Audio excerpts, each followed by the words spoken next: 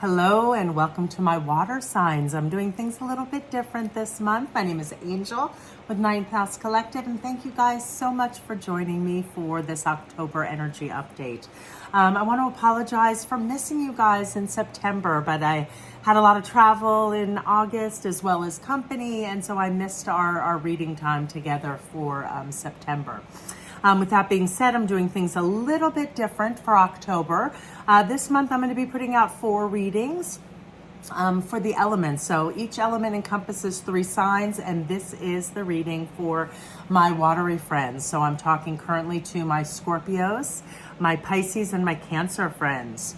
And how I always like to use our time together, whether I do it in a format on one-on-one or each individual sign or like this under the elements, I always focus on growth and expansion and how we can move through the energy each month more in flow, what lessons we're learning, and how we can expand and grow, right? So that remains the same. We're going to be jumping in again for my water sign. So I always like to take a little time and ask you guys to get present with me. My videos always are under 15 minutes. And so let's take a little time to turn inward. Let's start to begin to focus on your breath. I'm going to send out a little Reiki energy. Breathing in and out, allowing our energies to connect. I always ask to be a clear channel, connecting only with the energies of unconditional love, the highest healing, and the highest wisdom. What is it that my water friends, my watery signs, what is it that they need to hear in regards to the energy of October for their highest good?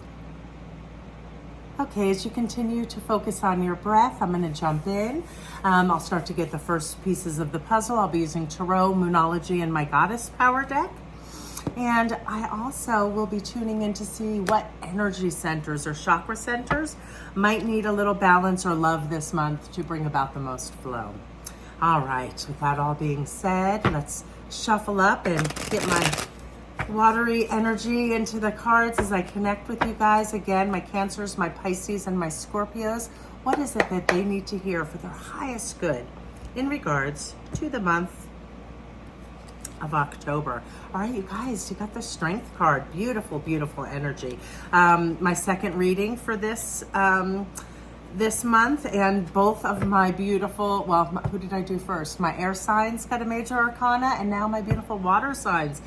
Big energy for all 6 of you signs, right? So the element of water, you guys got this arcana, which is the Strength card, and I love this message. And interestingly enough, I am a Pisces myself, and this card has been coming up for me a lot this week. So really the message with this card for my watery friends is about leading by example, leading by inspired action, right? This is a beautiful card. They are so in flow. The Strength card speaks to like resilience. It speaks to just having, strength to keep pushing forward, right? And no matter what, you do so in a way that is leading by example. So the first center that is jumping out to me for my watery friends, although I really am feeling too strongly right now, the first or the predominant one is going to be your solar plexus, right? In order to lead with strength and not trying to push or force situations or others to do things in a way where you are trying to control their actions, but leading by example, your solar plexus, right? Our solar plexus is located in our tummy area. All of our centers run along the straight cord of our spinal column, right? But the center of the solar plexus is in the tummy area. So this is a beautiful, vibrant yellow center that connects us with our self-confidence.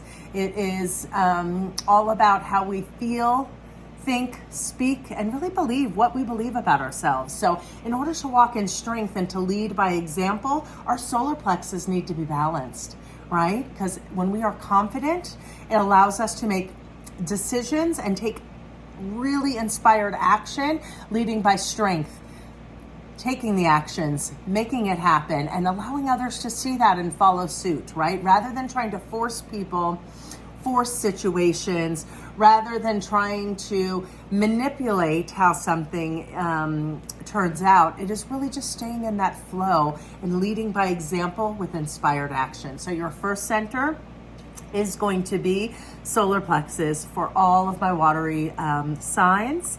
And the second one that's really sticking out to me for now, and we'll see if any more come through as we continue the reading, but is your sacral center. So the sacral center is just below our belly button along our spinal column. This orange center connects us with our creativity, with emotional stability. Something I think is noteworthy to mention, the sacral center is blocked by feelings of guilt, while the solar plexus is typically blocked by feelings around shame. So you are being asked to let go and really unwind any feelings of guilt or shame you may hold, which when operating from those levels of emotions, we tend to force and push. So we want to be balanced, right? The sacral chakra is not only about balanced emotional selves, but it's also about being open to receive pleasure, being open to receive the sweetness of life. So those are the two centers for my watery signs: your self-confidence, how you think about yourself, and also being open to receive all the sweetness of life, right? And really show up in a balanced emotional state.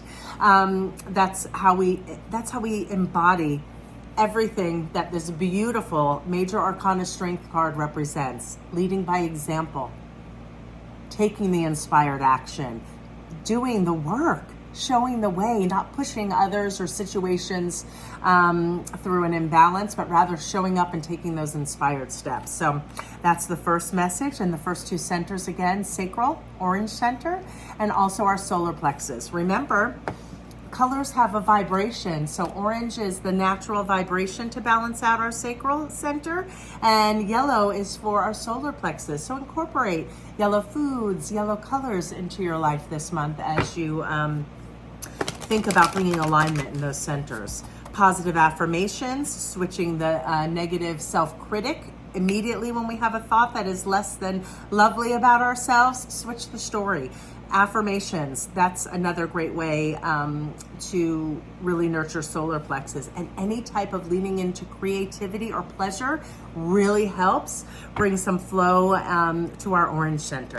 All right, what is the second piece of the puzzle for my watery friends? What is it that my Cancers, Scorpios, and Pisces need to hear to build on? Okay, take time to breathe out.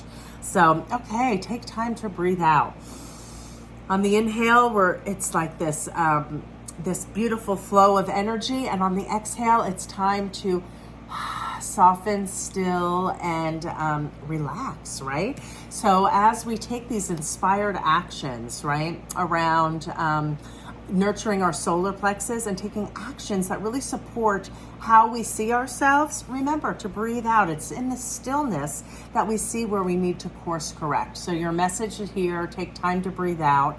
Not only do I want you to think about inspired action you can take to really encompass and embody the energy of the strength card, but also the breathing out and taking that time to stay balanced, right?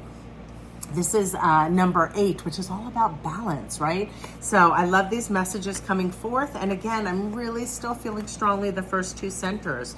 So those are the ones I want you to think about while you try to embrace the energy of leading by inspired action, finding a stillness with the breath out, and really staying in flow and in charge as you move through the energy of October. Let's see what empowerment message our goddess deck, what can we bring forth for my watery friends to really drive home the message for October, which is leading with inspired action, not forcing situations, but rather taking the action, being an example, remembering your out breath, so to always be able to keep that flow. Let's see what the goddess deck brings forth for my watery friends.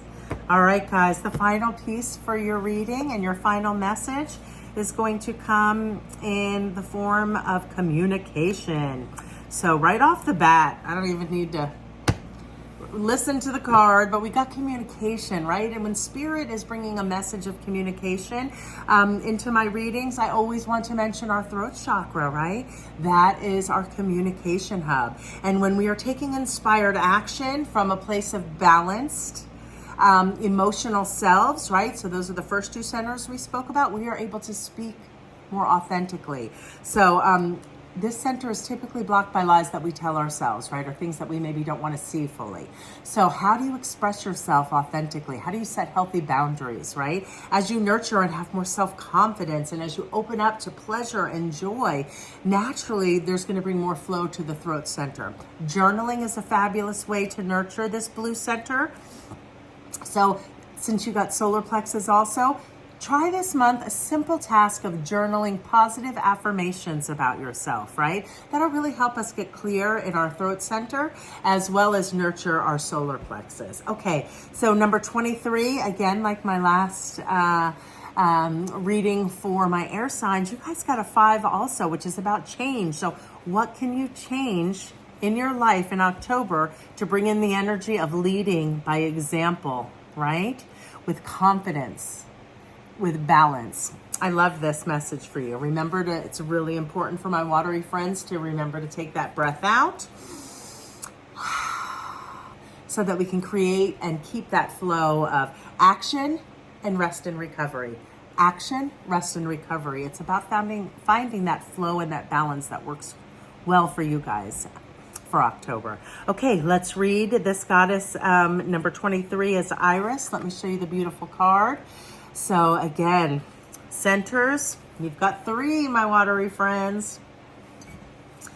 Your orange, your yellow, and your blue center. Okay, and let's see what Iris brings as an empowerment message for my watery friends for the month of October. Okay, guys. Clarity in communication is called for, as your words will have great impact on others right now. It's a wonderful time to start writing that book, telling new stories, and sharing your experience, your strength, and your hope with others. You have everyone's ear, so choose your message wisely. Others will also desire positive and fruitful communication with you. So get ready for some amazing new opportunities to come from these discussions. Just remember to stay open and be clear about expressing your deepest desires, always speaking with integrity, kindness, and respect for yourself as well as others. This Greek messenger goddess Iris is thrilled to help your words take flight. Communication improves in all of your relationships when she comes to visit. Most important, however, Iris reminds you of the communication you have with the universe. You are in mutual dialogue, and now is the time to pay attention to the signs and omens in your life. Trust these important yet subtle communications. It will never lead you astray when you listen and act accordingly. Inspired action. Act accordingly. Speak truthfully and honestly with integrity. And remember to take the time to breathe out so that you stay in flow, you regenerate, you recharge. That's all great messages around how we encompass this strength card. Her message is really one of leading by example with inspired action, right? And I love this for you. So your communication, my watery friends, is going to be really important. Maybe you're speaking or teaching or talking with others in a way. And so by leading by strength and by leading with your examples and with clear communication, you can really have some great flow in your energy for October. So that's what I have for you guys this month. In case nobody's told you, you're all spectacular creatures. So take the time to nurture you, and I'll catch you guys next month.